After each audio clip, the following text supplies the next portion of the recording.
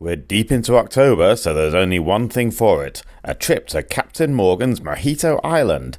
Elsewhere, in the world of horrors we call reality, Germany has decided it's okay to send weapons to Israel as long as they promise not to do anything bad with them, and there's more advice from Meghan on how to navigate the insanity of bureaucracy and get that all-important B1. Avast, me hearties. In Berlin's heart, where news is unveiled, Meghan and Conrad with German tales. The German news, it's tough to bear, but with mega cans, they're ready to head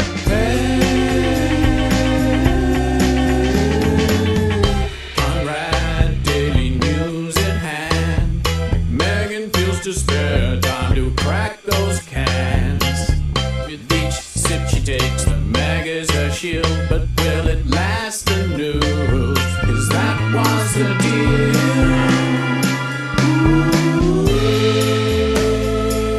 Hello, everybody. It's time for, finally, another episode of Megan's Megacan. I'm Megan. I'm here in Berlin with Conrad Werner. Hello, Conrad Werner. Hello. How are you? I'm okay, yes. Getting better. Yes, everyone's sick. Had a bit of a tiring week. Yeah. But I'm ready, raring to go now. I'm glad you're back. Good. Yes, I've been sick. I'm not sick again, but I did test today. I went into school and I didn't want to test, obviously, because it's the first day of the holidays. I was like, but our school changing times, not a test to be had. I had to go and buy one for $1.99. You're talking about a COVID test? Yeah. Okay. That's it. Good. I mean, And you haven't got it. I don't have COVID, otherwise I wouldn't be here. But there's no rules now about COVID, are there? There's not, but I think there's social pressure, isn't there? Yeah, but there's no rule that's saying if you've got COVID, you can't do this or that. No. Do think though, if you are quite symptomatic. Also, my partner's dad is in town this weekend, so I don't want to. Yeah, that wouldn't go down well. With the family. Shall we have some alcohol? Yes, please. Drinking again. So. Phew. I have a bit of a surprise. I don't know if it's going to be a surprise for you, but this links to one of the ongoing sagas of Germany's decline that we've been covering. Mm. What is one of the worst things that's happening in Germany right now, Conrad? Is it... Just give me top three. The ongoing sagas in Germany right now. Well, there's the rise of the AfD and the... Yeah, it's not that. It's not that debate about banning them. Might be too late. What other sagas are there? There's lots, but I don't know if we're going to... What are you getting at? seem to be, and I will use this term for myself in this context only, one of the few journalists covering this. It is the fact that mega cans are continually being downsized to 250 millilitres. Yes. And I am fucking livid about it. However, and it's only the good ones. A lot of the shit ones are still, you can get the fake vodka Red Bull ones for gross. Nobody wants that. Why did they do that? It's funny. Actually, the JD ones are still $3.30. If JD goes down, if a Lynchburg lemonade goes down to $2.50, I'm emigrating. That's it. I'm honestly. But one of the good ones that's been downsized is the Mojito, only the Captain Morgan Mojito, which we know is the better one. Right. Look what I have found in a shop yesterday. A full-sized. These are the OG Captain Morgans. 330 mils. Wow. And it wasn't like a random dodgy... It was, those Scoom funny bakery things that are really overpriced? Yeah. In train stations? It was there in Alexanderplatz, in the bit between the U8 and the U2. Go quickly, children. So here you are. It's a Mojito for this very beautiful weather in the moment in Berlin, very autumnal. But here we go. Cheers. Cheers. Oh, lovely. I feel like I'm on a beach. That is quite nice, I think. Even the first sip. A Caribbean beach.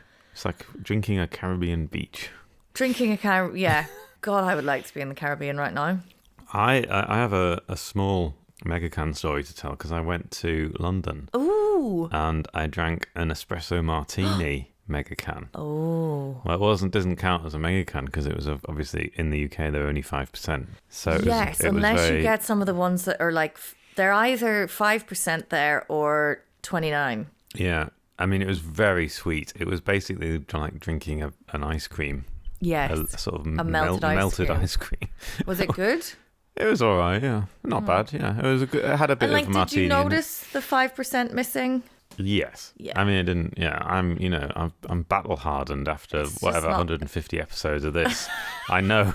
Fuck, we talk episodes. That's a lot of mega cans. Yeah. Jesus Christ. I know. Yeah.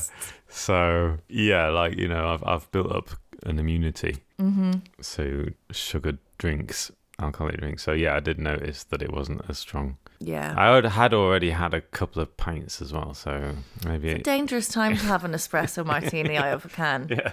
I support that. Anyway, that was a very enjoyable experience. That's good. And yeah, would you like to tell any stories? Are we going No, we can start. Are we going to start with the news? Again, Okay. so I'm not going to resist as much as I have been recently. Derailed Should we journey mention time. that Biden is here? Oh yeah, and Keir Starmer. Yeah, everyone's in town. Oh right. Have you seen them around? No. Okay. But I did wake up, so I was having a little lie down today, and then my partner was like, "Oh, did you see the helicopter? It was like an American one with the doors open. So cool, the yeah. shooters are just already ready to Hovering go." over the... But it's funny because I hear a helicopter, and I don't know if anyone else from Northern Ireland might be listening, but it's quite a nostalgic sound. Okay. Because, I mean, obviously helicopters were such a common occurrence that it reminds me of my childhood, the sound of a helicopter. Oh, so it's like your Proustian. Yeah. It transports you back home whenever you see a military helicopter. 90s Northern Ireland. Yeah. Okay. But other than that, no, haven't Yeah. seen any Biden. He must be so tired. Yeah. I was thinking Yeah, he's but he coming can't off wait. the transatlantic and then he's going in to talk German politics. Like, I can barely handle talking German politics after a commute from work, and I've got a can. And I'm not he's jet lagged. Or 82 years old or Oh however God, old he is. I'm so, for a variety of reasons, but also for like him personally. Yeah, I Just mean... take the retire. The whole point of life is to eventually be retired. What's the... Yeah. Well, so Okay. So apparently he's in town. There's been He's some in town. traffic disruptions in the city. I don't know. We're not going to do traffic news. We're not that No, kind but of... I really got pissed off with that because they put out some like warning, like the news, like, oh, BER and Deutsche Bahn and BVG are saying it's because Biden's in town and it's the last day of the school term, so everyone's going to be flying and la la la. I was like, chaos. don't you fucking use... Fine, but what has been your excuse every other fucking day of this year and 2 years? I'm supposed to be going into Amsterdam today and I wasn't. And like, I don't want to talk down Deutsche Bahn because I think it's important to have these kind of weird state, whatever, it's good. Don't privatize it or do anything weird. Also pay people more. It's not the workers' fault. But I've had that train cancelled twice now. They're just like, oh, and then the app is... Oh, yeah. Sorry, we are now doing travel news. This is I'm so sorry. Okay. It's so okay. much going on. Anyway, Right. because I wanted to talk about... Because last time we talked about this thing about how it was weird that German arms exports are going down, which is now basically... At the time, it was all like a bit secret. Yeah, I'm sorry. I'm going to stick. I think you broke that story. I think you did. No, I didn't really. But No, it was already in the news. But it was already in the news. I did break something else. I'll get to that. Oh. I didn't really break it, but I was the first journalist to report it. It was reported by activists. Mega cans going down to 250 mils. Unacceptable. Anyway. Okay, sorry. I keep derailing you. So there's been some developments in that because not only has it been basically acknowledged that the arms exports were stopped earlier this year from Germany, it seems that because the exports have to be approved by this thing called the Security Council, which is basically the Chancellor and his top ministers. So not the whole cabinet, but like half the cabinet, the main cabinet, including the Foreign Minister, Annalena Baerbock, and the Economy Minister, Robert Habeck, and the Defence Minister, obviously. And they then approve arms exports. Now, the story is, which seems to have been, I got this from Politico, that it was Annalena Baerbock and Robert Habeck who blocked the arms exports earlier this year and demanded assurances from Israel, like a written assurance saying that they would not use these weapons. If we sell more weapons to Israel, they wouldn't use them for genocide. And I did know this already, but yeah. So, And so now that they've got that, from what I understand, are we now Yeah, so Just now fucking according to sending the everything to Israel now. according to the Bild Zeitung and Politico, which is both owned by Axel Springer, that has happened. So Israel has signed this, although it's not officially been acknowledged, but Israel has signed such a document, whatever it means, and obviously it probably doesn't mean a lot. But and so that gave Olaf Scholz the opportunity to say in a Bundestag debate, which there was a big Bundestag debate last week where they all argued about this, and he was accused by this is the tenor of the political climate in Germany now, is that the conservative opposition were like, you've stopped delivering weapons to Israel.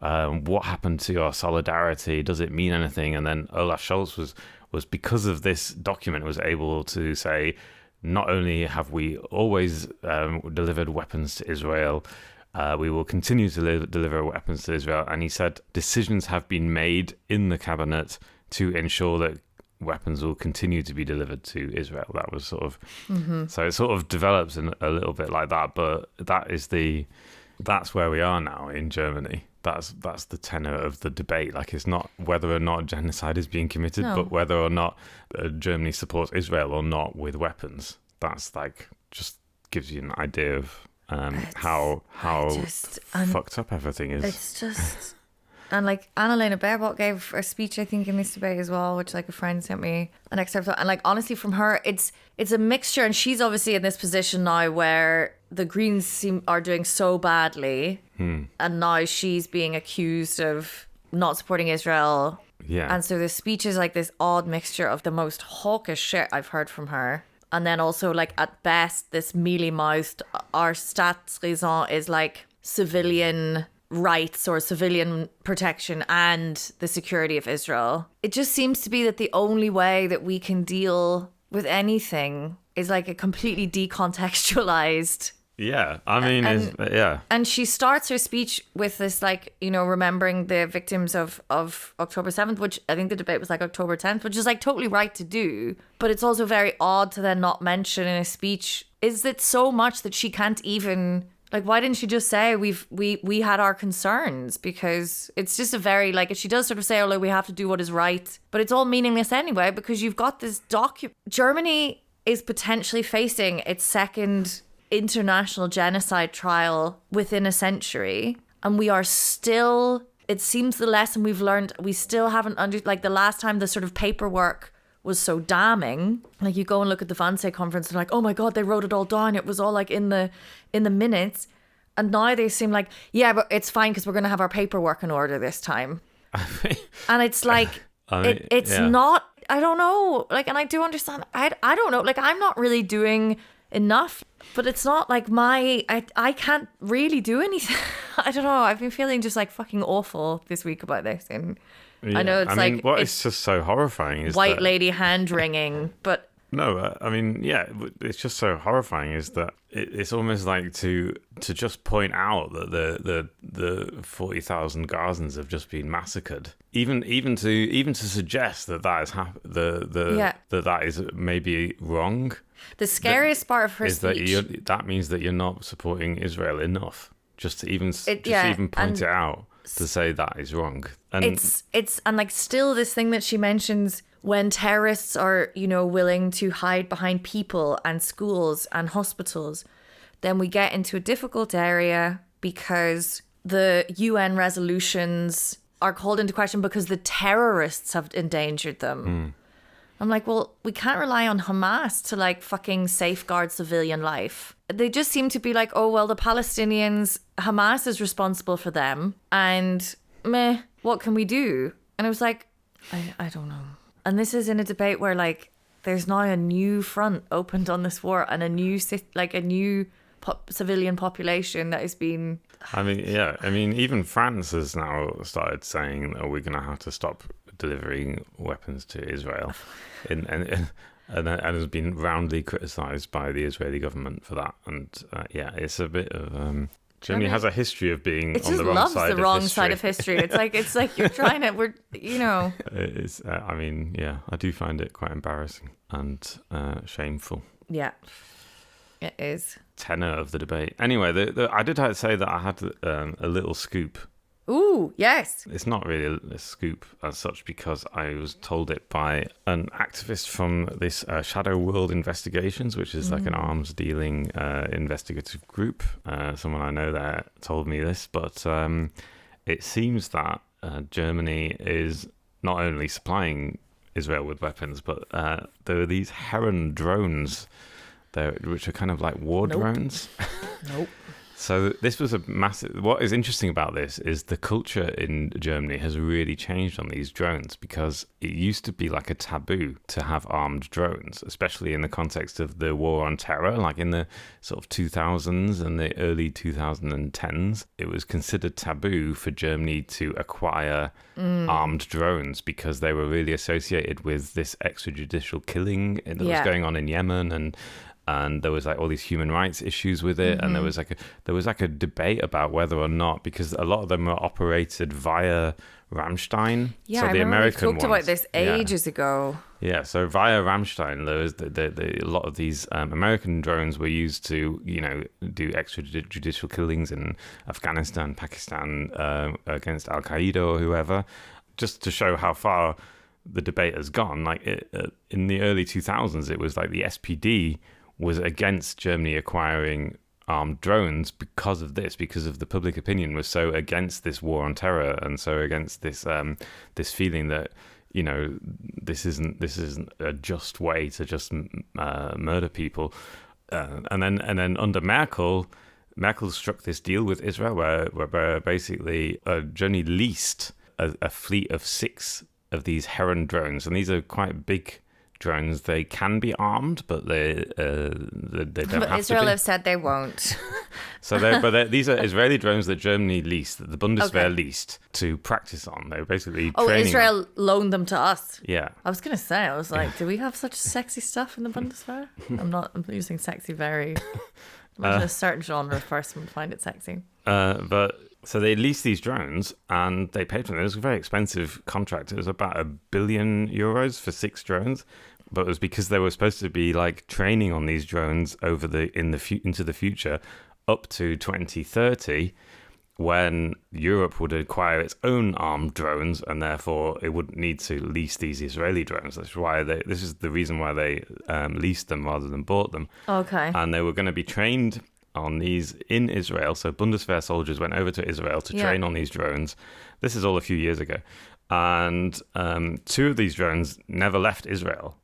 And at the beginning of the war in Gaza last October, Boris Pistorius, the defense minister, said, those 2 drones that we're leasing from you, you can just keep them. That was part of his pledge to Israel. That was part of his to show solidarity. You can just keep those. You can just keep those drones and do whatever you like with them. And drones are used quite a lot in both in Gaza and in Lebanon. They use these and they can be armed, like I said, and they are armed quite often. And the thing about these contracts is that Germany is still paying this contract, even though they've just handed those 2 drones back to Israel. So we're paying Israel to use those drones? Yeah, essentially, yes. Our tax money? Yeah. You and I. Great. Cool. And it's a lot of money. I mean, it's €1 billion was the original price for all 6. I guess 4 of them are in Germany now to be trained, and 2 of them are still over there. And so that was kind of a new information, and I think the thing about these drones is that because there's something called, I've been reading a lot of researchers, academics who are talking about like these sort of security policy, like these sort of security thing. And there's this thing called they call it the paradox of precision.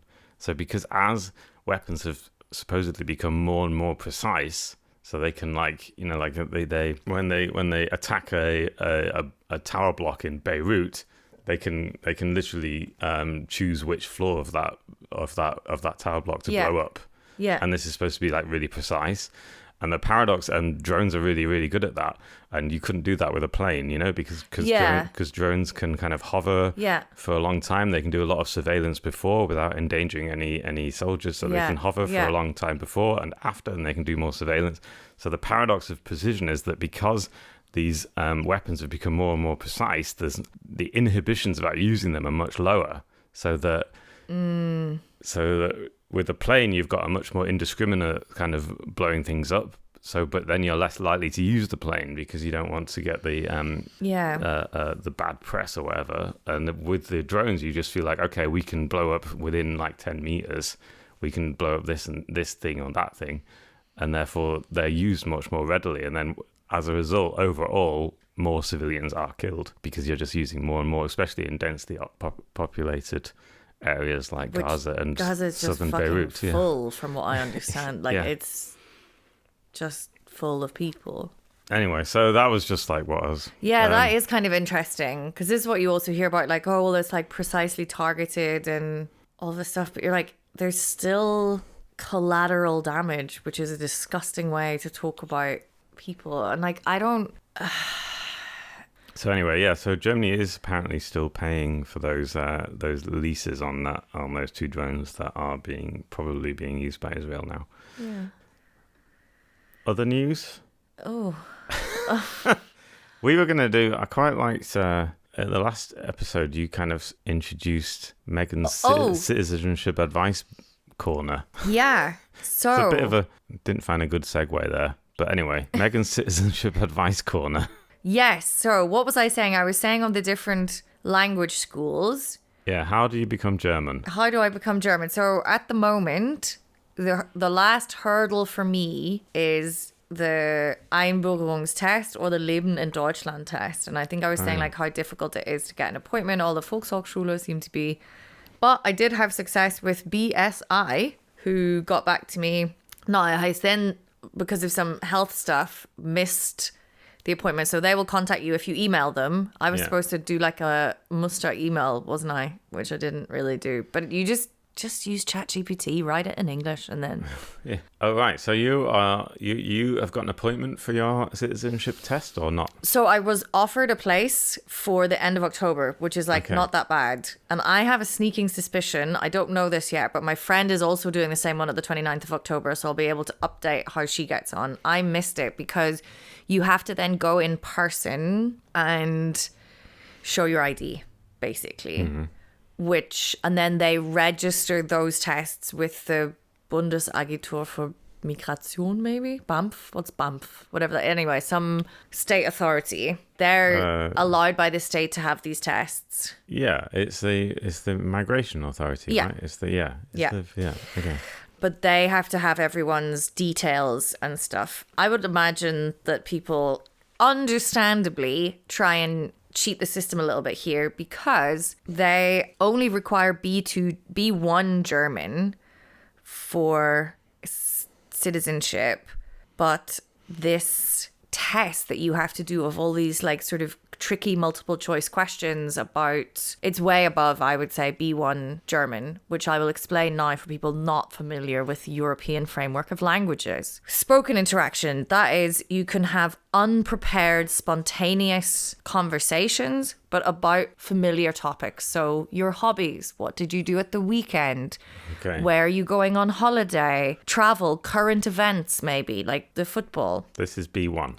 Yeah. Spoken production. You can connect phrases in a simple way in order to describe experiences and events, your hopes, dreams, and ambitions. Oh. You can briefly give reasons and explanations for opinions and plans. You can narrate a story, relate the plot of a book or film, and describe reactions. Okay. Listening, you only have to be able to understand the main points of clear standard speech on family matters regularly encountered in work, school, or leisure. You can understand the main point of TV, radio. So it's kind of like you have a level of fluency and understanding. You have to be able to write a simple, connected text and understand text only that consists mainly, and this is the key thing, of high frequency, everyday or job related language. You can understand description of events, feeling and wishes in personal letters. You look at these questions and it is very much like there's a lot of quite complicated vocabulary in there. And it's multiple choice, so you have to be able to understand. And so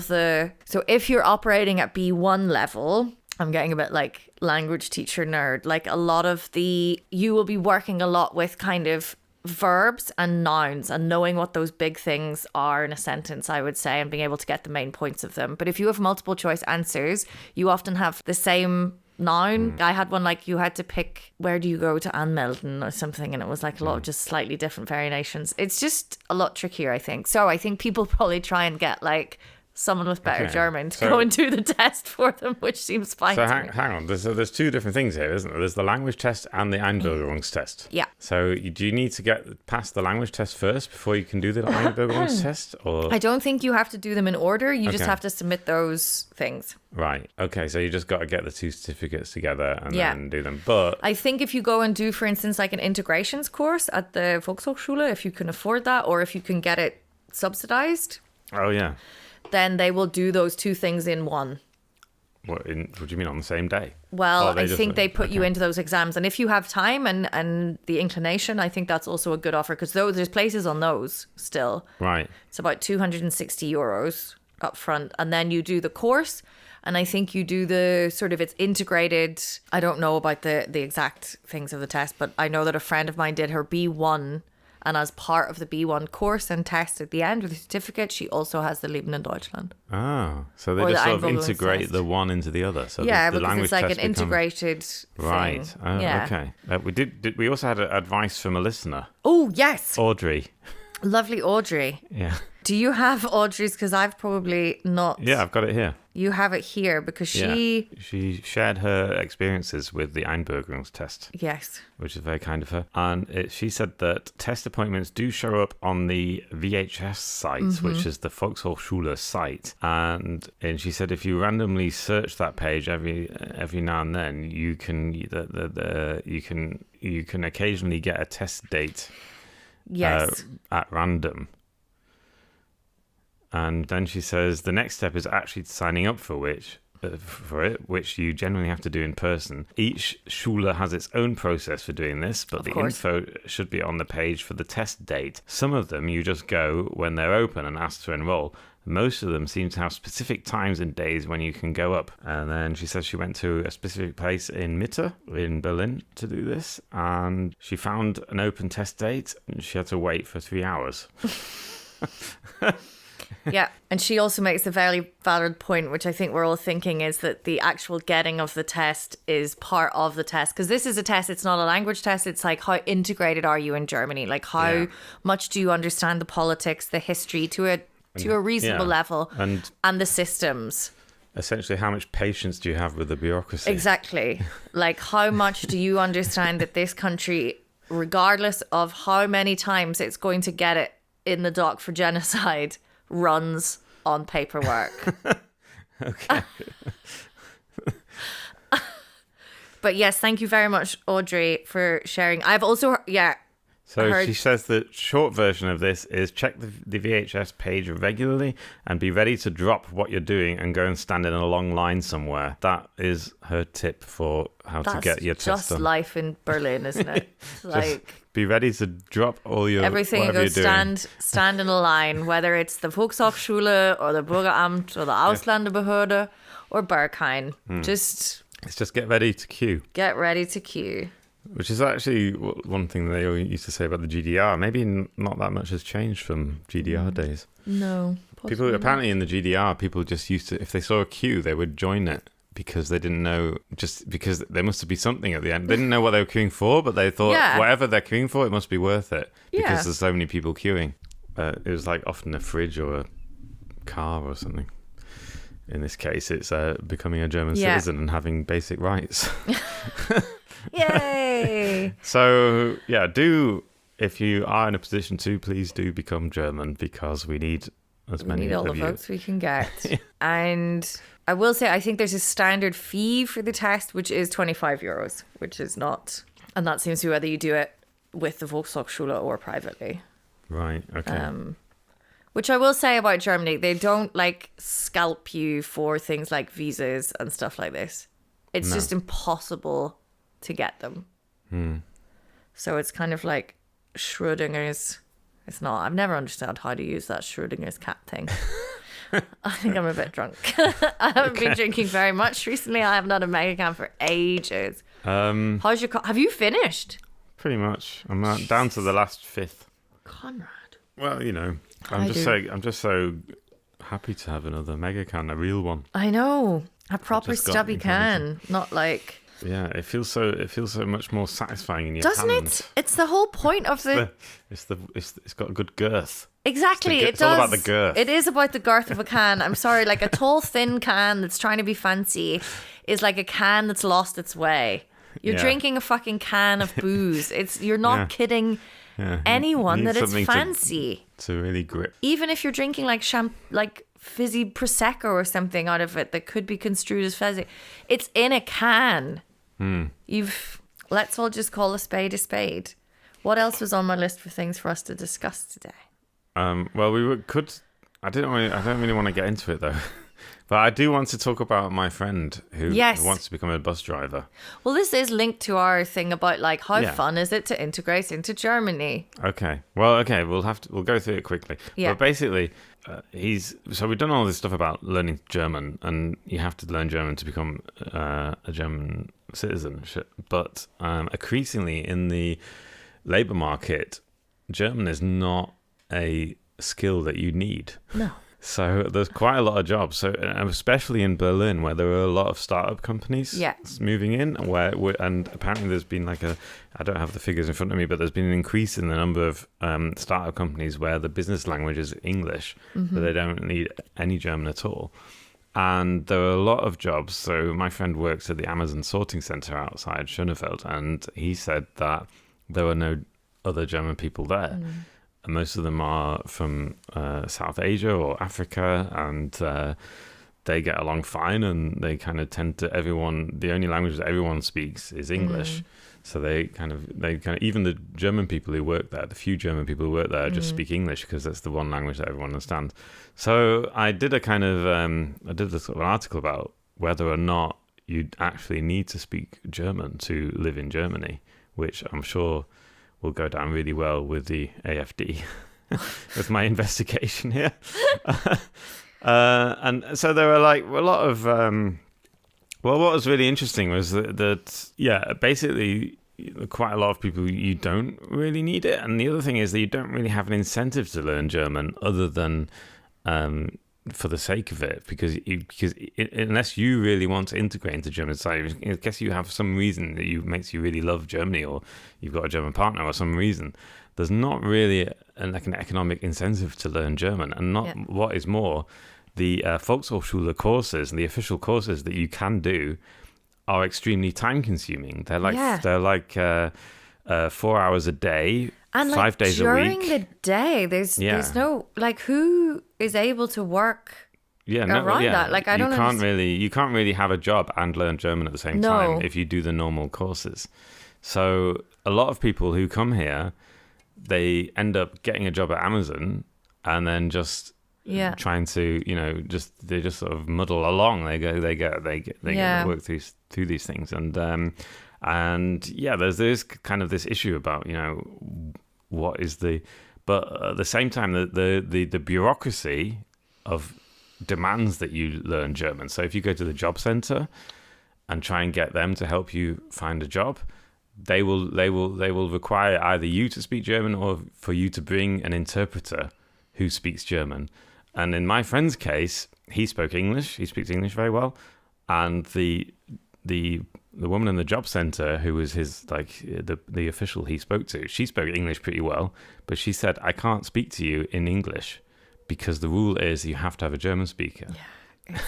So she said, so he just left. I mean, he said well, I don't know any, it's not easy to find someone to speak German. Just so in the middle of the day at these random appointments. Yeah. So they were like, you can't, but what is the interesting thing is that he has actually got a qualification that would be useful in Germany. So you might have seen a lot of reports about the BVG, the Berlin public transport operator is vastly short of staff, of bus drivers and U-Bahn drivers. There are some bus route timetables that can't be filled at the moment because they don't have enough. Yeah, super. I love the BVG is one of the great loves of my life. Yeah, so he said transport here. So there's a real issue at the moment with a shortage of staff, a shortage of bus drivers. And he said, I thought it would be easy because he's got a qualified bus driver. He's got a Sri Lankan bus driver's license. Oh. And he thought, I'll get this driver's license. I'll learn German. They can teach me on the job and I'll be able to work. But no, it's not that easy. So basically, and he went to sort of various BVG events, which were all in German. The BVG Careers website is all in German. They were essentially no use. They just said, oh, you've got to check the website and try and get in. But they said that all the training is in German. So if you want to train with us, you have to learn German first. You have to learn like a certain amount. They said they did say that. Okay, well, you don't need to be B1 straight away. You can, if as long as you can learn some basic German, we can fund a German course for you to do once you're here. If you're going to understand a training course, though, that is B1. Like A is that is B1. There's no way that they're. But they are because the BFG is obviously aware of this problem. Yeah. And they are recruiting. They are trying to recruit more foreign bus drivers. Sometimes they actually recruit in foreign countries. Sometimes they recruit here, but they are trying. But they're not trying. And there are. I sent them an email to them. And I said, like, what are you actually doing? And they said, oh, we have various plans, and currently in development for learning German. And it was kind of quite eye opening. Was that there's this sort of expectation at the bureaucratic and political level. You have to learn German if you live here.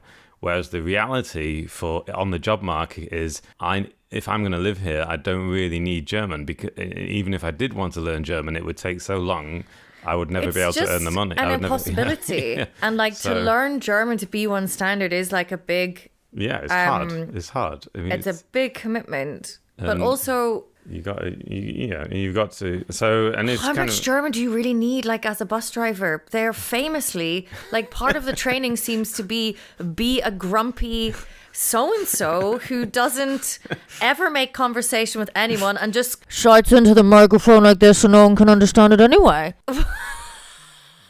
Yeah.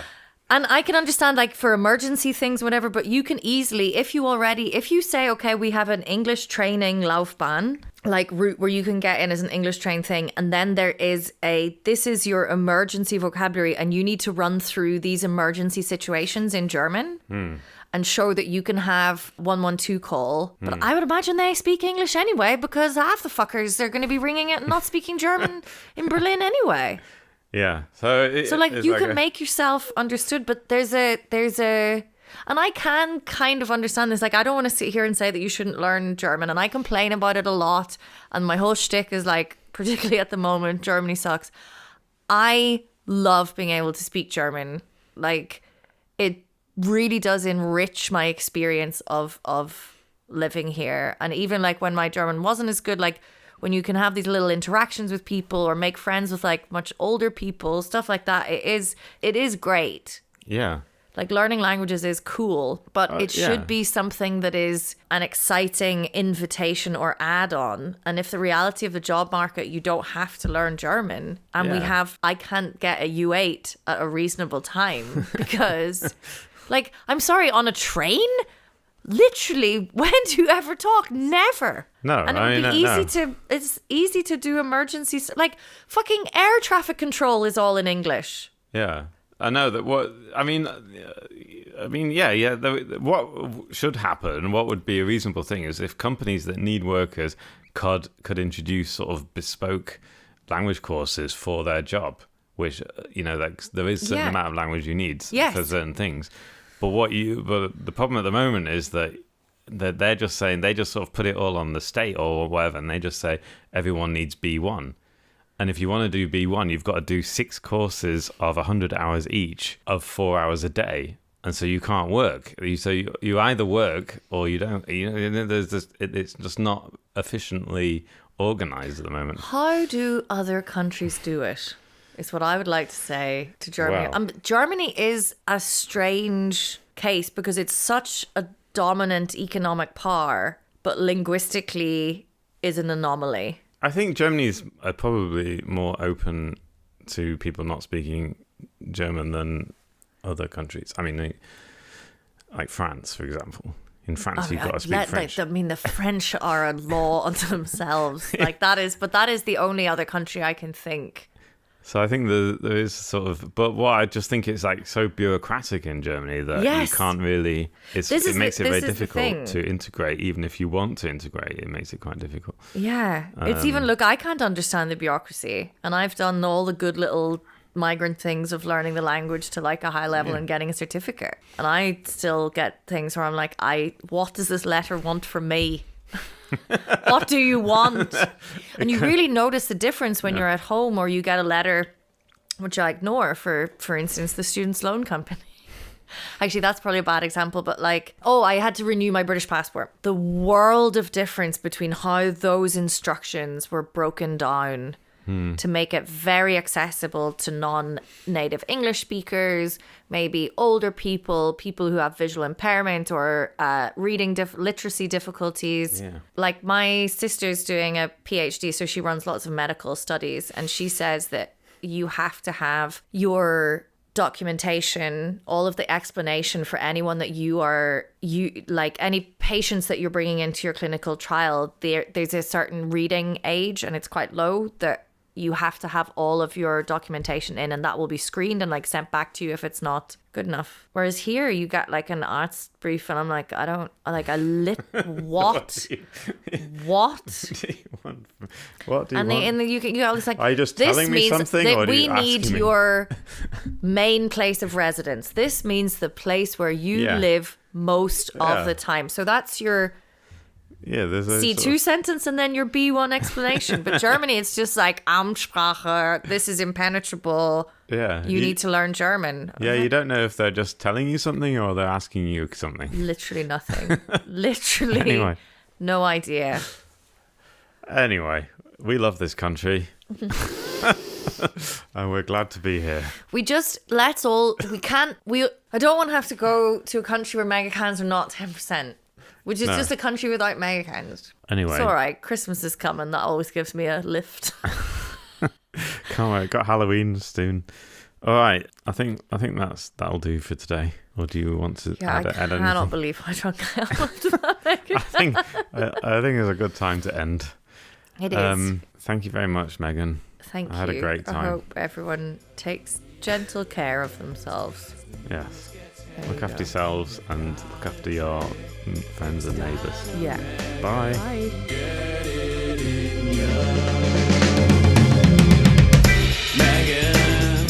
Mega can, German news in English with a cocktail can.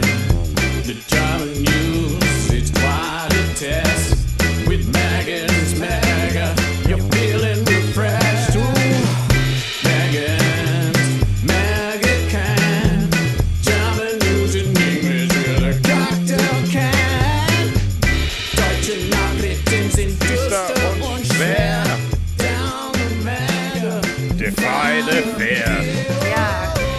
It's actually it's quite a positive message to give to people. So. I like to think that we have quite a positive impact on our listeners. I hope so. Because we try and get them to defy the fear of listening to the news all day. I mean, it's better than reading a German newspaper, surely. I would definitely recommend listening to our podcast more than reading any German newspaper. German newspapers barely have pictures. Like fucking, it's just a brick of text. Oh yes. And they seem to make a virtue of it. They think it's like so great to have no text. Not like you Americans with your fucking colour pictures. Decadent pictures in your newspapers. Yeah, What's that? A crossword puzzle? Oh, no wonder you had Trump. Jesus Christ, everyone! Like, there's a middle ground. You have to concentrate on the news. It's very important. You have to keep it there. Have a mega. Have a mega. Give us a picture every now and then. Just a wee picture, maybe of, a diagram.